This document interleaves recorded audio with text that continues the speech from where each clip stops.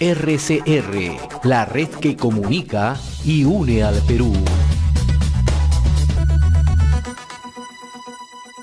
Bien, lo anunciado, ya se encuentra con nosotros en estudios centrales de RCR, Red de Comunicación Regional acá en Lima, transmitiendo para distintos puntos del país el doctor Fernando Calle, ¿no?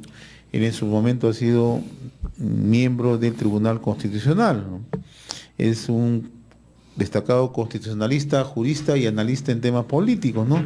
Y nos visita justamente para trazar un norte, cómo está observando la política desde la arista de la Administración de Justicia, pero también de la política diaria, ¿no?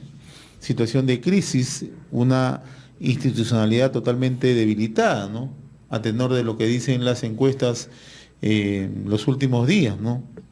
El Poder Judicial totalmente quebrado, un Ministerio Público totalmente, mancillado, es decir, una situación inédita en los últimos años en nuestro país. Doctor Calle, como siempre, muy agradecido, le agradezco la gentileza de acompañarnos en esta parte del programa. ¿Cómo está usted? Buenos días, José, y un cariño a todas las regiones del Perú, a todos nuestros compatriotas dentro y fuera del país, ¿no? Que están pasando momentos difíciles, ¿no? Yo quisiera empezar porque he escuchado en el camino a varios exministros y personajes, cuidado que soy solidario con los pueblos oprimidos del mundo, pero he escuchado cómo quieren armarse colectivos de ayuda, y estoy de acuerdo, de ayuda a nuestros hermanos venezolanos, totalmente de acuerdo, pero me gustaría que esas inversiones y colectivos lo hagan para los niños que están muriendo en el sur, ¿no? Para los paisanos que están en la región del centro, que duermen en el suelo, los que están en el hospital. Es interesante que reflexionemos qué poder oculto mueve esto, porque se han olvidado 50 años de hacer un colectivo en favor de los pobres del Perú, ¿no? Pero bueno, estoy aquí tan indignado como tú y como el resto de gente, pero siempre con claridad, ¿no? Sobre las cosas. Tú has tocado al final una cuestión importante del Poder Judicial. Yo quisiera que hagamos memoria que todo esto, José, lo hemos prácticamente anunciado. Y si tú quieres, me dolería mucho que el pueblo se entró en ira por los audios y lo calmaron con lo del referéndum y las reformas, ¿no? Ahora que se den cuenta que todo eso no va a ser posible y ya están jugando a firmas y cosas, entre en doble ira. Y yo no creo que todos sigamos siendo tan tontos. Yo le pido a los ciudadanos que me escuchan que me ayuden y den su opinión. Ayer o anteayer, a raíz de mi propuesta, que ya es reiterativa, de que venga la Comisión Internacional contra la Impunidad, fue una casualidad que estábamos los dos y un periodista le preguntó al nuevo presidente del Poder Judicial, que creo ya le gustó el cargo, porque está siendo bien fraterno con todos los que están investigados, y le preguntó a boca de jarro, y le dije, ¿qué opina el doctor Fernando Calle de la Comisión Internacional contra la Impunidad? Y ahora aquí le pido a todos los que me escuchan que hagan su análisis y opinen. El presidente flamante de la Corte Suprema le dijo, con mucho respeto, por cierto, dijo que sí, claro, lo que yo decía, pero que pertenecía al ámbito de Centroamérica, porque la corrupción había llegado a niveles muy grandes, que no es el caso del Perú. Escuchen eso, ¿eh? No es el caso del Perú. Entonces, yo no sé si el presidente de la Suprema le puede explicar a todos los peruanos a dónde quiere que lleguemos. Porque si no es grave la crisis, ¿para qué ha declarado en emergencia el Consejo Ejecutivo? Pero es contradictorio, porque totalmente. Permíteme 10 segundos, porque hace exactamente 10 días él declaraba al diario El Comercio, en una portada incluso que destaca el propio matutino del Comercio, que así como se estaba presentando un caso de situación de emergencia en el Callao, en la Corte Superior de Justicia de Callao, habían otras 16 cortes en nuestro país que también estaban en situación similar. Por supuesto. Entonces, ¿cómo no va a ser de gravedad? Bueno, fíjese, están sus respuestas. No, si usted me permite, si quiere le digo el medio, pero ha sido y lo ha dicho y debe estar grabado, y fue en respuesta a mi posición tan exigente, ¿no? En Exitosa, que claro. Estuve anteanoche que llegué. Sí, lo escuché. Y ahí usted ha escuchado que le preguntan al presidente de la Corte Suprema y le dice, efecto, el doctor Fernando Calle, y él dijo... De eso se trata, de transparentar las cosas para que... Bueno, entonces yo le pregunto una cosa y le pido al pueblo que me apoye en esto, porque yo no creo que un presidente de la Corte Suprema, yo quisiera que me diga a dónde quiere llevarnos, porque si no hay crisis, porque él lo ha dicho, usted lo ha escuchado, no es tan grave, eso se da, lo que dice el doctor Fernando Calle se se da en países donde la corrupción es muy grave. Dios mío, ya, por Dios. Y fíjese usted una cosa, en el momento que él hablaba, en la pantalla que tenía yo al lado, aparecía un magistrado de la Corte Superior recibiendo dinero. En pleno problema que estamos viviendo. O sea, sin temor, yo no diré porque creo que aquí a Dios no le tienen miedo a nadie de esta gente, ¿no? De la corrupción, pero sin temor a nada. Pareciera que hay, a mí me preocupa, fíjese José, me preocupa que se esté jugando al tiempo, porque es una cosa que lo han jugado algunos dirigentes de unos partidos políticos, y que de aquí a 2 semanas más nos van a tener ahora con que Paolo no juega, nos van a tener con que se necesitan firmas porque Keiko no quiere referendo, y a las finales la gente se sigue muriendo en el norte, y a las finales pasamos diciembre, y lo que quieren es una supervivencia y el pueblo no reaccione, ¿no? Y la Corte Suprema. Y cuidado, digo lo que dije esa noche, aunque me preocupe, yo no soy ningún conspirador, pero digo que cuiden porque no se olviden, lo dije en otro programa anoche, le digo, no se olviden que en Paraguay el pueblo harto incendió el Congreso, y en el caso de Colombia tomó el Poder Judicial, que llevó a una asamblea constituyente, ¿no? Ahora, usted es jurista, constitucionalista y es un respetuoso, naturalmente, del el orden legal en nuestro Totalmente. país, ¿no? Entonces, ¿le preocupa a usted que en esta situación que estamos viviendo se perciba una suerte nuevamente de espíritu, de cuerpo, tratar de dilatar los hechos, la situación, para que no se conozca a fondo verdaderamente lo que está ocurriendo en la administración de justicia? Bueno, es que mire usted, mientras nos tenemos ahora, porque a esto del Poder Judicial se va a sumar, como digo, lo de Paolo, que nos entusiasma mucho, y otras cosas más, ¿no? Nos entretienen, pero yo le pregunto a los oyentes y a usted, ¿hace cuántos meses que no sabemos nada de Odebrecht? ¿Hace cuánto tiempo? ¿No? ¿Y cuánto tiempo? Fíjese usted, algo muy, muy grave, y vuelvo a lo de Odebrecht porque tiene que ver con toda esta cadena de corrupción. ¿Dónde está la Corte Suprema en el caso de los señores Graña, Miró Quesada? ¿Dónde está la Fiscalía que no ha insistido en una casación o en la instancia correspondiente para que se revoque esa libertad? ¿Cuándo empieza el caso del presidente Humala y la señora Humala? Que cada vez salen más cosas y sin embargo él se ha vuelto líder contra la corrupción. Y los medios le dan cabida. Hay medios que a personajes vinculados a la corrupción les dan más cabida que a otras personas que deberían tenerlo. Entonces yo creo que aquí ya no queda ese viejo dicho que cuando no hay parlamento, o sea, cuando el parlamento no está a la altura de la fiscalización, queda en la prensa. Pero si la prensa tampoco ya fiscaliza, no queda sino el pueblo. Ahora, a mí me preocupa que haya ciertos atisbos, porque si comenzamos a analizar de que casi todo el manejo de la corrupción está desde el poder, alcaldes, gobiernos regionales, o sea, esto puede llegar a una variación de que se está violando la Constitución o la estructura del Estado, lo que permitiría que constitucionalmente el pueblo tenga derecho de insurgir y que no pueda ser censurado por ello. Entonces, mire, lo que yo le pido al gobierno hoy día, escuché al premier, que hay que aclarar también una cosa y le ruego que me ayude en eso, a una periodista que insiste y le encanta el término primer ministro. Aquí no hay primer ministro, que lo sepa el pueblo porque hasta los chicos van a crecer mal. No hay primer ministro en el Perú. El primer ministro es el jefe de gobierno en los equipos parlamentarios. Gobierna, tiene el poder. En el Perú el premier no tiene poder de nada, salvo que esté puesto por una oposición muy fuerte, pero no nombra nada.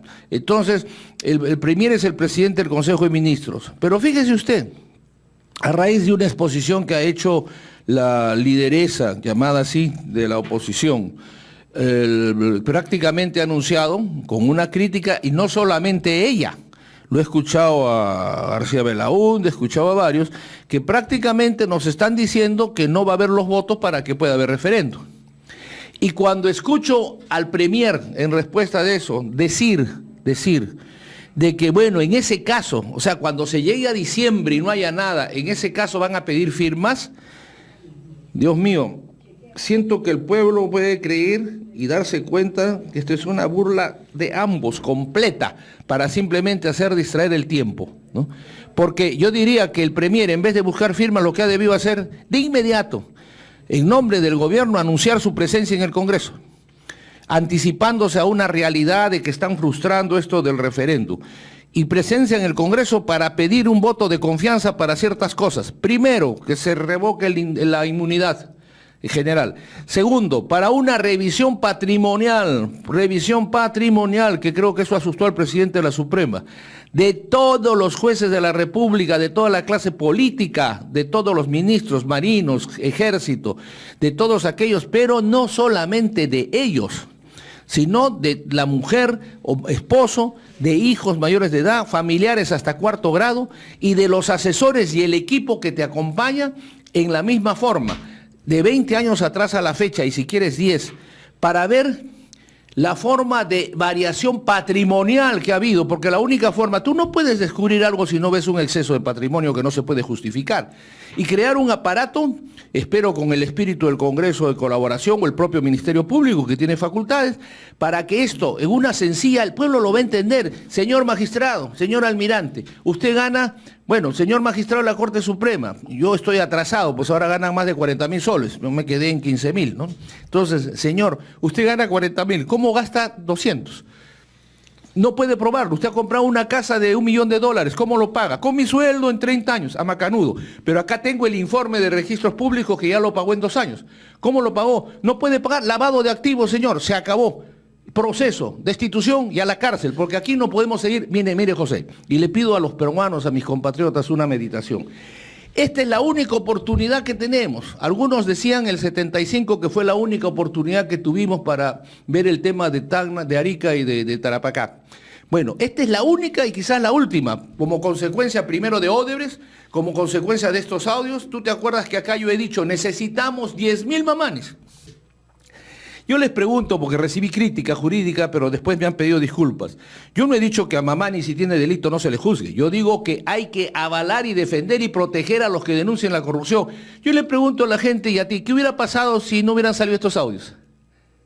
¿Seguían poderosos, no? Todos prepotentes y no hubiera pasado nada. No, además en una primera etapa lo que asistimos es a una administración de audio, ¿no? Bueno, esa otra parte censurable, quizás positiva para ir cayendo, porque esto ha demostrado algo.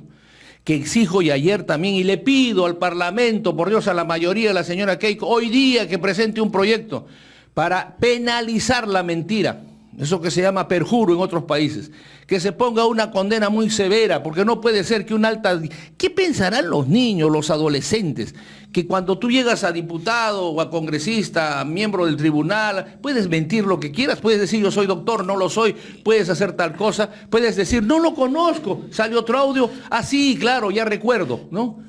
Ya se constituye como una práctica, ¿no? Bueno, esa palabrita que dicen, que yo te digo podría ser, no sé, pero que una alta dignidad diga, bueno, sí, lo que he hecho yo es inmoral totalmente, pero no es ilegal. ¿Qué cosa? ¿Dónde estamos? Yo te digo una cosa, estamos podridos. La República, y esto lo he anunciado hace 20 años yo, entonces ya tomó mucho cuerpo, somos culpables todos los peruanos. Todos, porque de una u otra forma hemos dejado pasar, hemos dejado, en la época de Fujimori cayó por un video menor que todo esto, menor. Y entonces yo creo que aquí, y yo ruego al señor presidente, le ruego, por favor, está en sus manos corregir todavía esta situación, porque ya, si el Congreso es el que opone, que plantee cosas con un voto de confianza y se disuelve el Parlamento, y se convoque elecciones. Ahora, yo quiero retomar algo en lo inmediato y es lo que pide la población, lo dicen a través de las redes sociales, lo dicen incluso a través de veces de participaciones que tienen en los medios de comunicación, ¿no? ¿Cómo solucionas esto de inmediato? ¿Cómo no? Porque la gran pregunta que surge es, estamos asistiendo día a día a una inmensa cantidad de información que no hace sino ver la situación en la que se encuentra el Poder Judicial, el Ministerio Público, ya ni qué decir del Consejo Nacional de la Magistratura. ¿Qué soluciones se le pueden dar? ¿Esperar a que se reforme el sistema de justicia o hay alguna solución inmediata? Bueno, que se pueda mira, ninguna reforma, ya son como 12 reformas del Poder Judicial, y ninguna pretendida. Yo he escuchado al Premier decir, lo importante es la reforma. ¿Qué reforma política? Es decir, no haya reelección cuando eso fue un error, que no haya reelección de alcalde. Con la no reelección se soluciona el tema, por Dios. Vamos a cosas más concretas. Si me planteasen a mí, vamos a elecciones cada 2 años a reformar el Congreso, es otra cosa, ¿no? Que cada 2 años se elija alcaldes, parlamentarios, etcétera.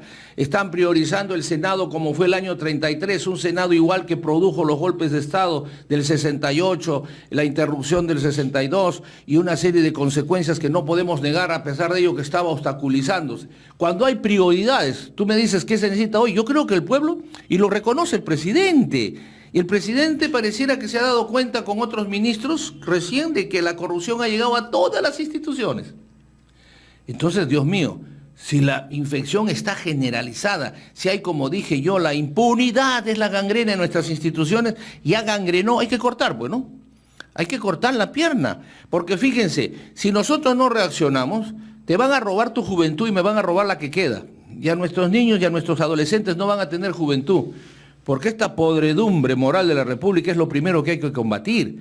Y entonces, si sabemos qué es ello, ¿por qué no se dictan medidas inmediatas como si esto fuese una cosa de juicios eminentemente sumarísimos? No puede ser que el Parlamento no haya definido todavía la situación de los magistrados que tienen derecho ante juicio para levantarles el fuero y se supone, pero yo me llamo una curiosa atención. El fiscal de la Nación conoce la Constitución. Yo quiero que el pueblo sepa que inmunidad de arresto, inmunidad para ser detenido, solo lo tienen en la Constitución los parlamentarios y los miembros del Tribunal Constitucional, cuyos beneficios y rangos son de similitud. Los miembros de la Corte Suprema, el beneficio que tienen es el antejuicio, no inmunidad. Y los consejeros del Consejo Nacional de la Magistratura tienen las mismas prerrogativas de la Corte Suprema. Que por ejemplo ahí noté algo, al margen de todo lo delictivo que pueda haber, a raíz de esto me enteré, como tú, que ellos estaban pidiendo al Ministerio de Economía, eso está mal, que lo mediten a futuro, estaban pidiendo que les paguen igual que la Corte Suprema. Y me parece que eso no necesita ni pedirse, pero ahí nomás tú ves un maltrato y una indiferencia con un órgano del Estado. Y ese ministro de Economía debería ser vetado, censurado y procesado porque estaría apropiándose un dinero. Y no estoy hablando de consejeros que ya no están, ¿eh? Pero tú no puedes decir, tú tienes la misma prerrogativa y pedirte que me ruegues para esa pensión de alimentos, ¿no es cierto? Entonces, todas estas cosas, si piensan a futuro, tienen que corregirse. Fíjate, José, queridos compatriotas, esto tenemos que exigirle, pedirle al presidente que ya tome una decisión, o suscribe el convenio con las Naciones Unidas para que venga la Comisión Internacional contra la Impunidad, que no necesita el Parlamento porque ya es un tratado hecho. Ayer estuve en el Congreso en una conferencia y me alegra que hayan tomado, no me recuerdo el nombre del congresista que reemplazó a Kenji, y que ha firmado un documento con mucha gente que lo va a tratar cuando yo pedí en China que el delito de narcotráfico sea un delito de lesa humanidad. Ese es un trámite. Pero me hubiera gustado que se toque esto de la corrupción. Y fíjate, aquí el pueblo es el único que puede reclamar así. ¿Qué pasaría si allá en las calles están todos tirados en el suelo? No hablo de violencia. Pero que tenemos que decir algo. Ya el engaño está claro, y nos dirá el presidente, no, Kenji o que diga el Congreso no quiere, obstruye, el señor Belaúnde dice que está mal hecho, que es un mamarracho, entonces al fin y al cabo, ¿lo es o no lo es? Requeriría un gran debate. Entonces, ¿por qué no se ponen de acuerdo por último y convocan una asamblea constituyente? Ya tanto se está manoseando, esas son soluciones, pero yo vuelvo al tema, soluciones de hoy, ahorita, que no interrumpen el proceso de reforma constitucional, que no interrumpen, tenemos el problema de que el país necesita que se aplique con severidad, ¿no? Las sanciones y con prontitud los procesos, respetando el debido proceso, no hay ningún problema, pero tiene que haber pues dedicación, prontitud, falta amor a la patria. Yo no sé cómo puede haber sentido usted, mi querido José, que anuncia con gran pompa el nuevo presidente de la Corte Suprema, que dice que va a recorrer el país a las Cortes para hacer las sanciones, la revisión. ¿Quiénes van a recorrer? Todos tienen audio. Ellos van a ir a moralizar a los moralizadores, Dios mío. Y ahí hay un problema que se lo planteaba hace unos instantes, ¿no? O sea, ¿qué hacer frente a una situación ya que rebasó la emergencia, ¿no? Estamos en un nivel... Bueno, para el presidente de la Corte Suprema, no es crítica, usted lo ha escuchado. Eso me ha llamado la atención. O sea, ¿teme usted que el espíritu de cuerpo nuevamente se esté saliendo a flote? Temo yo que el poder oculto, vuelvo al poder oculto que lo he tocado acá y que lo escuchen los jóvenes estudiantes, temo yo que el poder oculto, que como se ha ido tocando recién sus intereses en fuerza, esté aflorando en el manejo que tiene del poder. ¿Y por qué le digo? ¿Qué requiere el poder mafioso en el Perú? Requiere tener la protección de policías, jueces y fiscales, ¿no es cierto? Políticos para el caso de leyes, de algunas cosas, pero el poder que le preocupa es que a él no le quiten sus propiedades, que no le obstruyan su camino. ¿Ok? Y entonces, en el caso peruano, ¿qué es lo que necesita? Necesita darle garantía a los jueces que lo sirven. Claro. Y la garantía es el Consejo. Porque el Consejo Nacional de la Magistratura es quien los nombra, los destituye, etcétera. Y entonces, ahí es donde se les ha atacado. Pero ¿por qué descabezarlo del todo y dejar sin sanciones? Por eso me parece raro. Yo no quiero pensar mal, pero ya aquí te obligan a pensar mal, ¿no? Porque la solución con las mentes brillantes del Congreso hubiera sido de inmediato. Claro, sacar a esos señores magistrados, totalmente de acuerdo. Y habían 2 o 3, creo que no están implicados en nada, pero que los habían hecho renunciar con la capacidad de investigación. Si no tienen nada, no les aceptaban la renuncia, te quedabas con 3, quedaban 4. Llamar a sus accesitarios. Hay varios accesitarios que no estaban a la altura, también sacarlos y que siga el que siga, o si no, convocar elecciones. Pero no paralizabas, no estoy diciendo, cuidado, que no se haga ninguna reforma, que no es muy grande la reforma. Entonces, no paralizabas algo que la gente tiene que saber. Hoy día, a este juez y a otros jueces supremos que habría que destituirlos, no se podría, porque el que destituye es el Consejo Nacional de la Magistratura. Y no estoy hablando de nombramientos, no importa, toda la vida andamos con provisionales, hasta que llegue un consejo de alta calidad, con un presidente de un consejo, pues que aplique estas medidas.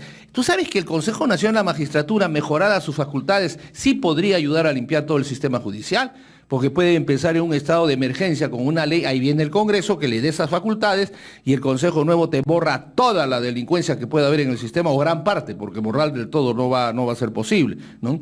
Pero para eso tú tienes que tener un gabinete que a tu lado, pues, porque fíjate, José, algo que se está extrañando, y quiero que el pueblo me ayude y pregunte, y yo le digo al presidente de la Corte Suprema y al presidente de la República, que está muy preocupado por la corrupción, ¿dónde está? ¿Cómo es la nueza? ¿Cómo es la nuez? ¿Dónde está ese ministro? ¿Dónde están los que estuvieron ahí? Al Colegio de Abogados, con todo respeto, ¿acaso estos miembros del Consejo son los únicos abogados? ¿Acaso en el Tribunal Constitucional no hubo problemas? Por eso insisto que es muy grave mentir. Tú me dirás, no es ilegal, pero un ratito, el Parlamento y el Consejo Nacional sanciona cuestiones éticas y podemos ir avanzando. Tú no puedes tener a gente que no tiene valores éticos en cargos tan importantes, empezando por los ministros. Lamentablemente, con todo cariño, tú no puedes hablar de una autoridad moral si tienes gente que viola los valores éticos, ¿no?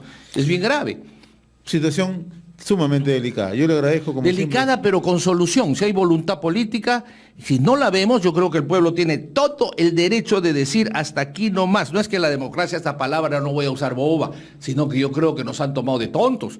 ¿Y hasta cuándo vamos a ser tontos? Porque esto daña nuestra economía, daña a nuestros jóvenes. Y lo más peligroso, te vuelvo a decir, si esto pasa sin que el pueblo se haga sentir, el cálculo es 1 mes, 2 meses más y todo va a volver a la normalidad. Y perdemos la oportunidad del siglo de que nuestro país, no te digo se vuelva angelical, pero por Dios, por lo menos asuma un poco de decencia, ¿no? Doctor Fernando Calle, como siempre, muy agradecido. No, gracias a ti. Disculpa siempre, que hable con no, emoción. por el contrario, muy por el contrario. Estuvo con nosotros el doctor Fernando Calle. Perdóname un segundito, sí, porque quiero que quede claro una cosa. No puede haber reforma constitucional política del Parlamento si antes no sale la ley de partidos políticos y la reforma electoral, porque seguiríamos con la misma situación, ¿no? Como ves, y yo invito a cualquier ministro que quiera refutarme sobre la Comisión Internacional y que quiera decirme cuáles son las medidas, porque el pueblo quiere medidas, tú has dicho, inmediatas hoy. Yo no digo que la reforma a futuro, perfecto, pero hoy, ¿qué estamos haciendo contra esta podredumbre que rebasa nuestra imaginación y que está controlando el país? Gracias nuevamente. Bien, estuvo con nosotros don Fernando Calle. RCR, la red que comunica y une al Perú.